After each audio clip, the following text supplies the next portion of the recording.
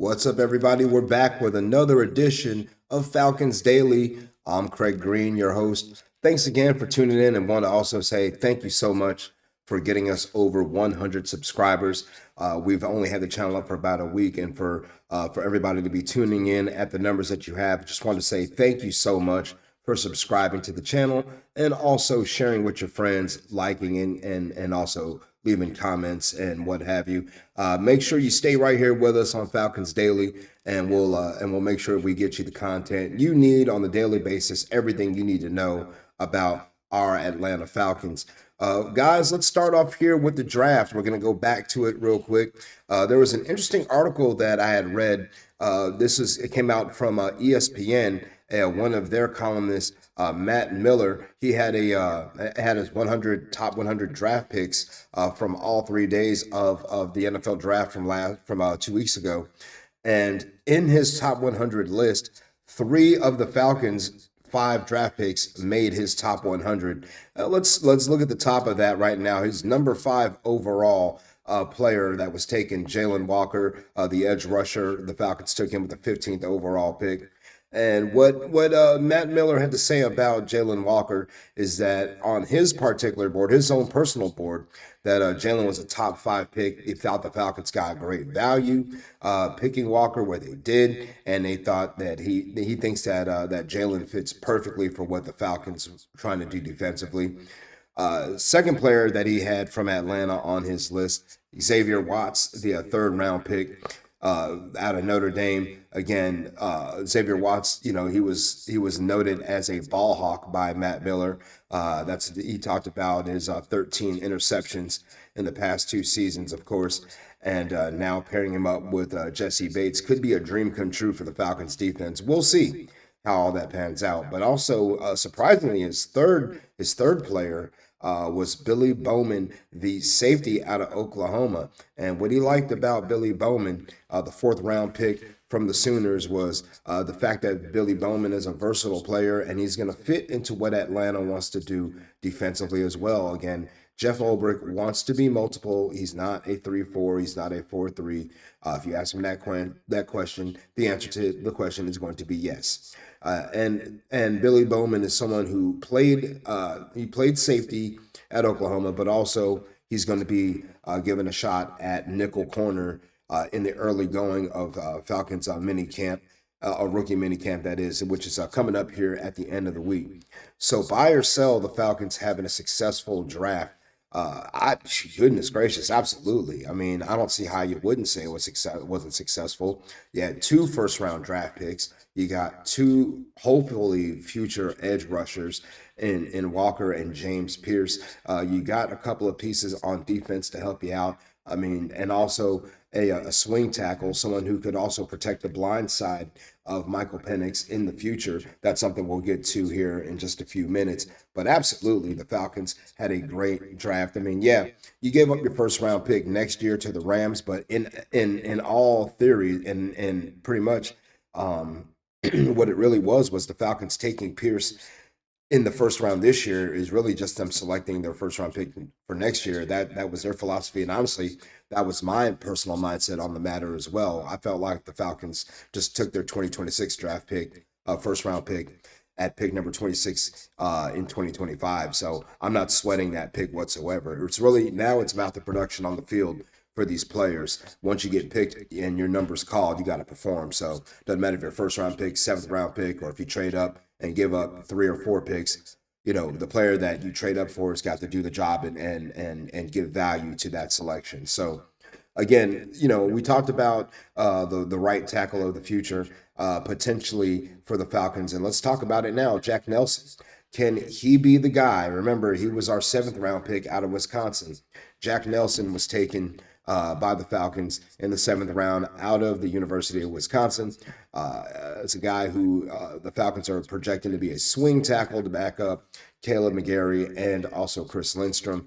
At Oklahoma, he played 51 games, started 50 of them, did not miss a game, and again, was a very good pass blocker with his time with the Badgers. So Can he be the right tackle of the future? Only time will tell. But I think he will be the right tackle of next year of 2026, provided that he performs and stays healthy. And the reason why is because Caleb McGary is on the last year of his contract, and at the number he's at right now, $14 million. And his, don't want to call it deficiency, but um, he's a much stronger run blocker than he is a pass protector. And with that being said, and having a young quarterback back there in Michael Penix, a left-handed quarterback at that, that right side, that right tackle has now become so much more important. I mean, for years and years and years, it was Jake Matthews who was the guy who you really needed to do his job to keep Matt Ryan clean, to keep Mariota clean, to keep Desmond Ridder clean.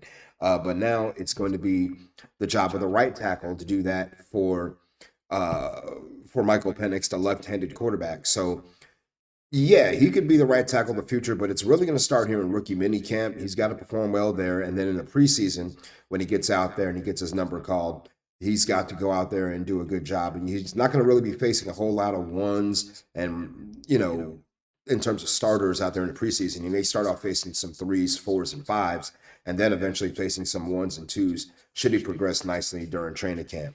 But we'll see about Jack Nelson and what happens with him in the future. But for right now, I think he's going to be the guy to start at right tackle in 2026 because I don't think Caleb McGary is going to be a Falcon past this season.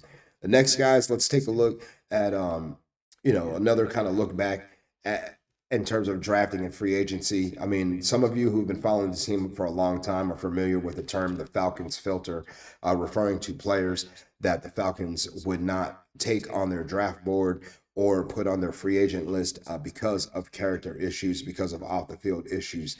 Uh, you know, how do you guys feel about that? Please tell me in the comments how you feel about the Falcons passing up on someone who could have elite talent, but also could be a major pain in the behind in the locker room. Do you want to upset?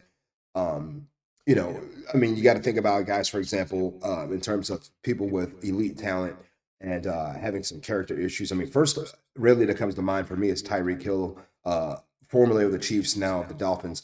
A guy, you've seen some of the things said about him with issues, domestic issues and things like that, but the guy is uber talented. So, the Chiefs took a chance on him and, ultimately it paid off. I mean, they did win a Super Bowl with Tyreek Hill, playing wide receiver, catching passes from Patrick Mahomes.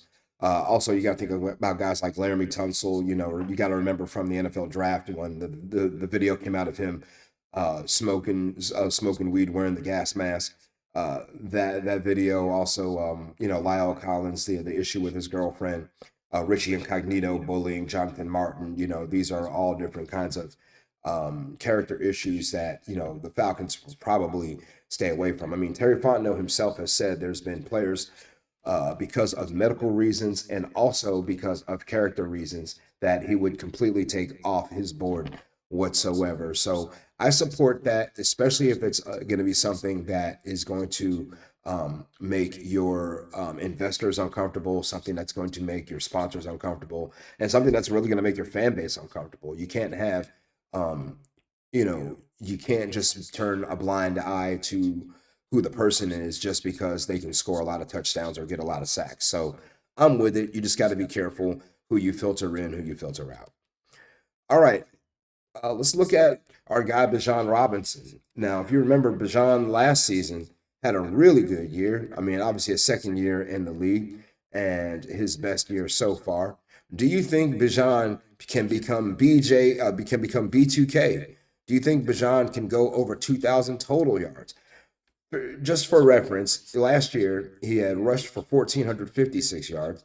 And then on top of that, in terms of his receiving numbers, Bjan caught 431 receiving yards for a total of 1,887. So he was right there at the doorstep of getting the 1,900 yards, 113 yards away.